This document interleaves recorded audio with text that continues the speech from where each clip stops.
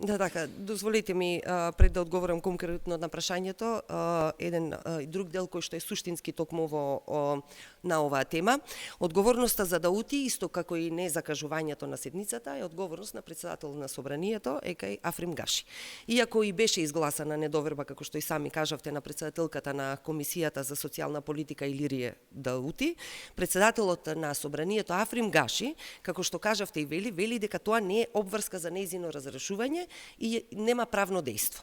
Сада сама нема да навлегува во фарсата која што во Македонското собрание ја прават Левица, знам, и ДПМН, без разлика на скриените мотиви и на Левица и на знам и на ДПМН, не може интерпелација да нема никаква правна последица. Тоа е невозможно.